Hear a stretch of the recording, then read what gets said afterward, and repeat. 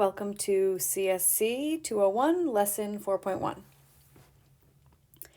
The definition of even and odd numbers. So I've written these in symbolic notation. I'll read them out in English words. So it says, for any integer n is even if and only if n is twice an integer. N can be written as twice some integer. And n is odd if and only if n can be written as twice some integer plus 1. So using these definitions, is 0 even? So can 0 be written as 2 times an integer? Yes, 0 can be written as 2 times 0. So even. If a and b are both integers, is 6 times ab even or odd? Well, 6ab, we want to know, can that be written as 2 times an integer? Because that's the definition of even. Otherwise, it's odd, 2 times an integer plus 1. So 6ab can be written as 2 times 3ab. And 3ab is an integer because the integers are closed under addition, subtraction, and multiplication, which means if you add 2 integers, you get an integer. If you multiply integers, you get an integer. If you subtract integers, you get an integer. It's not true for division. Dividing 2 integers doesn't always give you another integer, but addition, subtraction, and multiplication work. So 3a and b are all integers, which means 3ab is an integer. So this is 2 times an integer, which tells me that 6ab is even. 8r plus 7, is it even or odd? So I want to know, can it be written as 2 times an integer or 2 times an integer plus 1? So let's try doing 2 times an integer. So let's see what happens. So I have 8r plus 7. I'm going to try to factor out a 2, but the problem is that 7 can't be written as 2 times an integer. So when I think about what to put in these parentheses, I would have to put a 3.5 here, which is not an integer. So I'm going to put a 3 so that I have 4r plus 3. Now when I distribute that, you get 8r plus 6, right? So not quite this. 8r plus 6 is not quite 8r plus 7. I still need to add 1. So this is 2 times an integer. 4r plus 3 would be an integer, plus 1. 2 times an integer plus 1, that is odd. Okay, now let's talk about the definition of prime and composite numbers. Again, I've written these symbolically, and I'm going to try to read them in English, translate them to standard English. So, for any integer n bigger than 1, so we're only going to consider integers larger than 1, n is prime if and only if, for all integers and for all positive integers, if you can write n as the product of 2 positive integers, then either r has to be the original number n or s has to be the original number n. So if you have an integer and you can write it as the product of 2 other integers, one or the other has to be the original n. That's the definition of prime. And then composite would be the negation of that, right? So n is composite if and only if there exists r and s in z such that n is the product of r and s. You can write n as the product of r and s. And r is between 1 and n, and s is between 1 and n. So neither r nor s is the original number n, nor is it 1. Okay, so let's see if we can apply these definitions. Is 1 prime? The answer is no. Okay, because of the original stipulation, these definitions only apply for n's bigger than 1. Okay, so n is not prime, n is not composite. N is a special thing.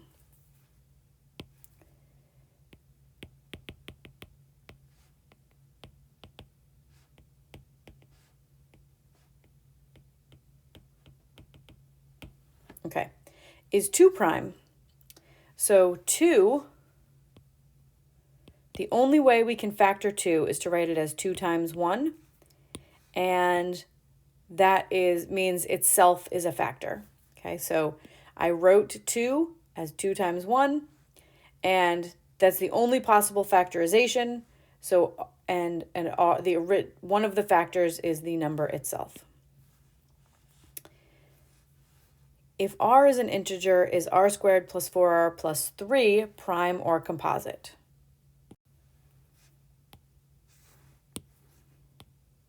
Just want to put a yes up there. Okay. So r squared plus 4r plus 3 can be factored to r plus 3 times r plus 1. So r plus 3, that's an integer because r is an integer, and when you add two integers, you get another integer. And it's not equal to the original r squared plus 4r plus 3. And r plus 1, that's an integer that's not equal to r squared plus 4r plus 3.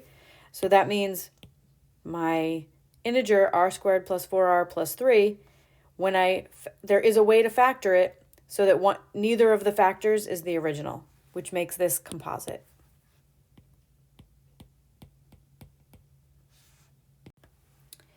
Recall that an existential statement of the form there exists an x in D such that Q of x is true if and only if Q of x is true for at least one x in D.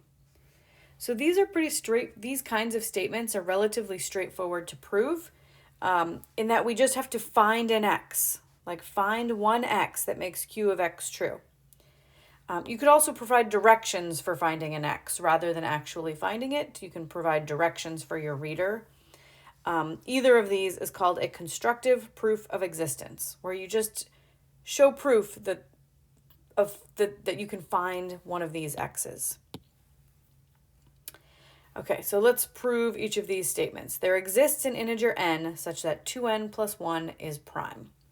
So we just have to find one. To prove that this statement is true, we just have to find such an n. So this, let's consider n equals 1, right? So 2 times 1 plus 1 is 3, and 3 is prime. Check. We proved it. We found an n equals 1, such that 2 times n plus 1 is also prime. Okay, statement B.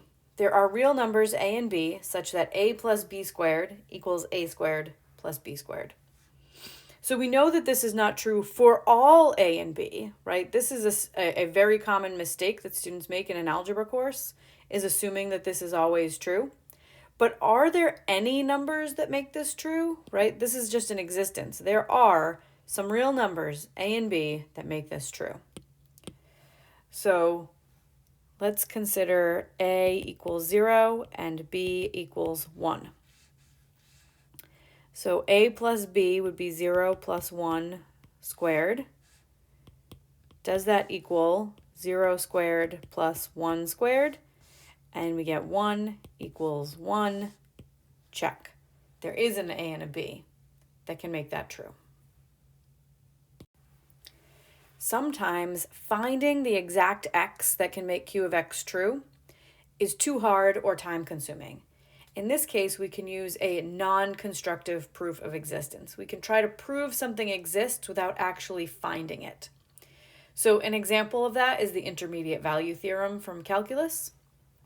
So prove that there exists an x in the interval 0 to 1 such that x to the 71 minus 2x to the 39 plus 5x minus 0.3 equals 0.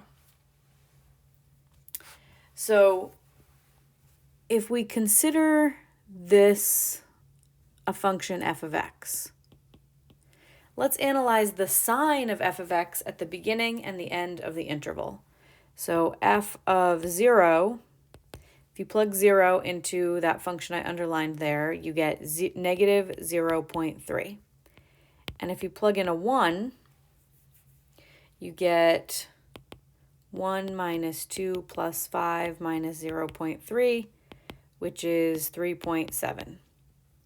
All right, so at the beginning of the interval, at 0, the function is negative. And at the end of the interval, at 1, the function is positive.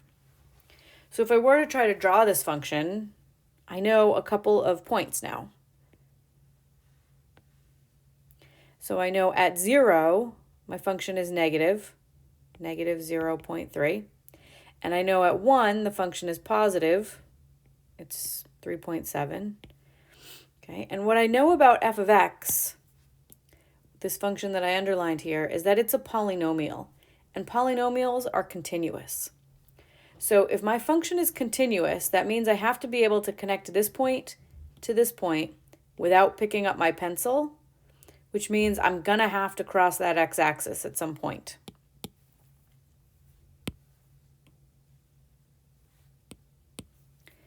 So to write this out, I can say since f is continuous and f of 0 is negative and f of 1 is positive, f must cross the x-axis between x equals 0 and x equals 1. So wherever it crosses, that's the solution to f of x equals 0, right? So we know that there is a 0 somewhere between 0 and 1, but we proved it without finding it. So that's a non-constructive proof of existence. To disprove a statement means to show that the statement is false. So we're going to consider the question of disproving a universal statement of the form for all x and d, if p of x, then q of x. So to show that that statement is false, we could equivalently show that its negation is true. So let's look at its negation. The negation of a for every quantifier is a there exists.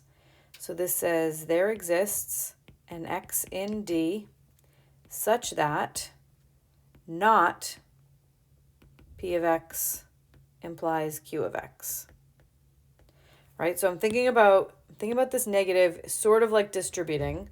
I'm saying distribute to here and the for every becomes a there exists. And then I'm putting a not on the conditional statement if p of x then q of x. So I'm just putting a not in front of that. So you do not that, and then the negation of a conditional, you'll recall, is the only way a conditional can be false is if the if part is true and the conclusion is false. The then part is false. So this would say such that p of x and not q of x. So that's the negation. So if my goal is to disprove this statement, I have to prove this statement. Okay. So if I want to disprove that for all x something is true, all I have to find is a single x, show that there is one x such that it's not true. And finding that x is called a counterexample. So we can disprove a universal statement by providing a counterexample. That is, finding an x for which p of x is true and q of x is false. So we're going to disprove the following statements by finding a counterexample. So sometimes this takes a little trial and error to find your counterexample. The first one says for all n in z, so for all integers, if n squared plus 3n is even, then n is odd. So what I need to find is an n that is even and n squared plus 3n is even. So I need the p part to be true and the q part to be false. So I need n squared plus 3n to be even and n to also be even. Okay, so I just have to find an n that makes this an even n that makes this true. All right, so the first even integer would be 2. So let's see, if I plug that in, I get 2 squared plus 3 times 2 is 4 plus 6, which is 10. And I found my counterexample. That's it. Okay, so I found an even n that makes this true. Okay, so this says for all n and z, if n squared plus 3n is even, true, then n is odd, false. Okay, so there's my counterexample. Next statement. For all real numbers a and b, if a squared equals b squared, then a equals b. So we have to find a set of real numbers a and b. So we just have to find it 1a and 1b so that a squared equals b squared, but a does not equal b. This would be our counterexample. So here, positive and negatives are going to work for us here, because when you square a positive, you get a positive, and when you square a negative, you get a negative. So if I choose a equals 1 and b equals -1, a squared plus b squared is -1 squared, oops, not plus, sorry. Does a squared equal b squared? So a squared equals b squared. So we would have 1 squared. Does that equal -1 squared? Yes, they both equal 1. Okay. But does a equal b? No. A is 1 and b is -1. So we found the existence, we found an a and a b such that a squared does equal b squared, but a does not equal b. There's our counterexample. So we've proven existential statements and we've disproven universal statements, but the vast majority of mathematical statements that we want to prove are universal. So these are tougher than proving existential statements, because in existentials, you only have to find one time the statement is true. You can just go searching for a value that works. But to prove a statement of the form for all x in D, if P of x then Q of x, we use the method of direct proof, right? It's hard to do by exhaustion. It's hard to show that it's true for all x's if your domain is infinite. Like if you're trying to show something is true for every integer, that's hard to prove by just doing examples. In fact, it's impossible to prove by example because you can never show every single integer that makes it true. So our method of direct proof consists of 3 steps. Express the statement to be proved in the form for every x in D, if P of x then Q of x. This is often done mentally, but for these first few, I'll write it out. Consider this problem that we want to prove that the sum of any 2 even integers is even. The first step is to write this statement using more formal language. Prove that the sum of any 2 integers is even. So I would say that for all a and b in Z, so for all integers a and b, if a and b are even, then a plus b is even. So I just wrote it out a little more formally. So that's step 1. Okay, step 2 in direct proof is to start the proof by supposing x is a particular but arbitrarily chosen element of the domain, for which the hypothesis P of x is true. So we often abbreviate this, suppose x is in D and P of x. So we are going to suppose a and b are elements of the integers and a is even and b is even. Okay, so you suppose that the if part of your statement is true. So we're going to assume this is true. And then step 3 says show that the conclusion Q of x, that a plus b is even, is true by using definitions, previously established results, and the rules for logical inference. So step 1, rewrite using formal language. Step 2 is suppose that the hypothesis of your conditional is true. So we're going to suppose we have two integers that are both even. Okay, step 3 is to use definitions, theorems, and the rules of logical inference to prove that this part is true, that a plus b is even. So the definitions we have at our disposal for this would be the definition of even and odd. So we'll use those. All right, so we have assumed that a is even and b is even. So a is even means a can be written as twice an integer, okay, for some k in the integers. B is even means b is twice an integer. Not necessarily the same integer, because a and b aren't necessarily the same number, right? A is even and b is even, but they're not both 2 times the same integer. So I have to use a different letter here, 2j, for some j in the integers, okay? It's possible that k and j are the same, but we're just saying that a is even and b is even, and they're not necessarily the same even number. Okay, so we've used those definitions of even. We can say, thus, a plus b by substitution is 2k plus 2j.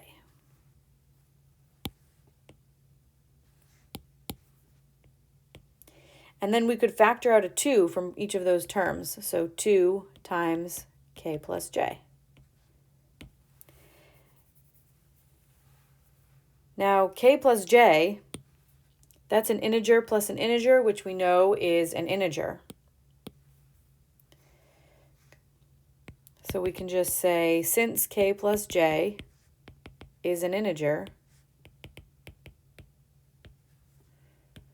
a plus b equals 2 times an integer, and thus, oops, I didn't mean to say, yeah, and thus a plus b is even. So for number 15, we're going to set up a proof of the following statement by finding a starting point and what we need to show, or the result to be proved, as your textbook says. We're not actually going to write the proof, which we can't because we don't know what any of these things mean. What's a complete bipartite graph? And what does it mean to be connected? If we wanted to actually prove it, we would certainly need to know what those things are. But just to set up a proof, to know what its structure would look like, we can do that without knowing those definitions. So we know, where do we start?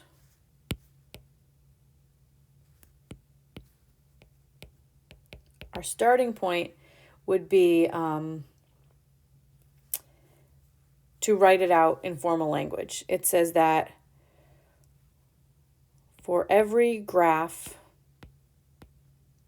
G, if G is complete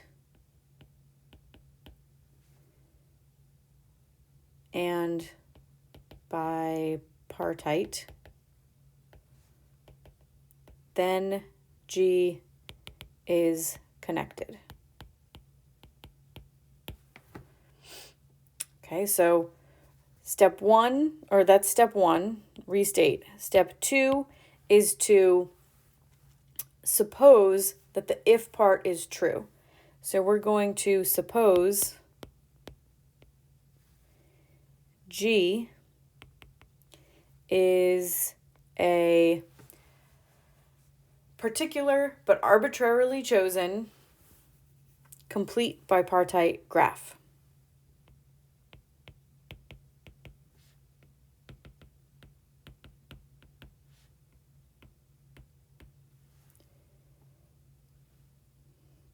Okay, so that's our starting point. Our step 3 is to argue, argue, argue until we reach a conclusion, right? So argue until you can say the thing that we need to show is that G is connected.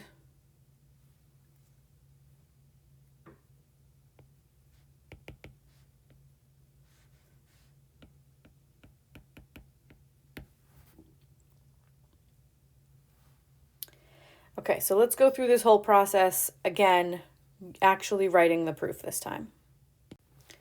Prove that the sum of any two odd integers is even. So step 1 is write it in more formal language. So we would say for all integers, so for any a and b in Z,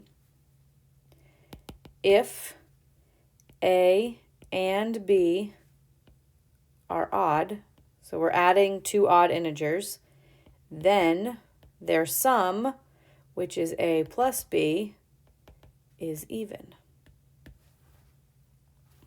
Step 2 is to suppose the if part. So we're going to suppose a and b are odd integers.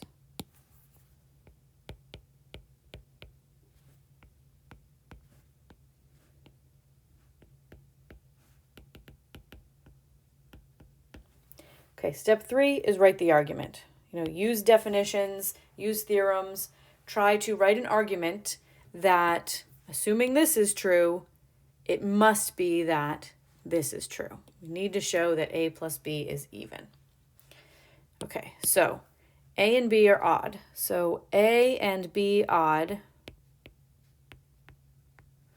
means a is 2 times an integer plus 1, and b is 2 times not necessarily the same integer plus 1.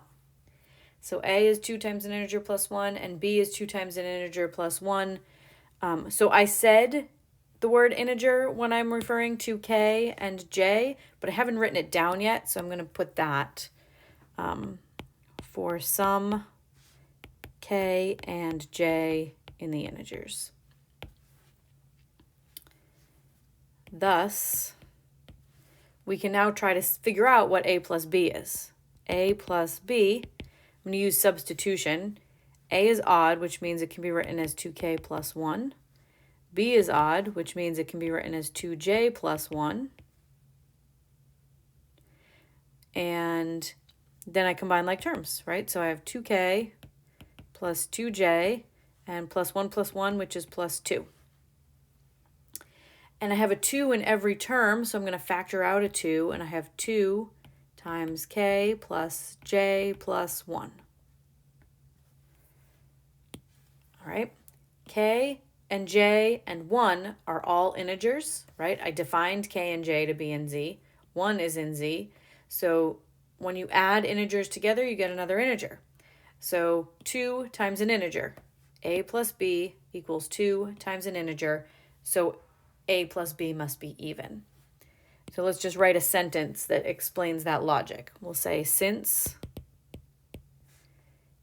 k plus j plus 1 is an integer, a plus b equals 2 times an integer, and thus a plus b is even, which is what we needed to show. The then part of this statement is that a plus b is even. So often when you finish a proof, you put a little box and a check mark. Proved it.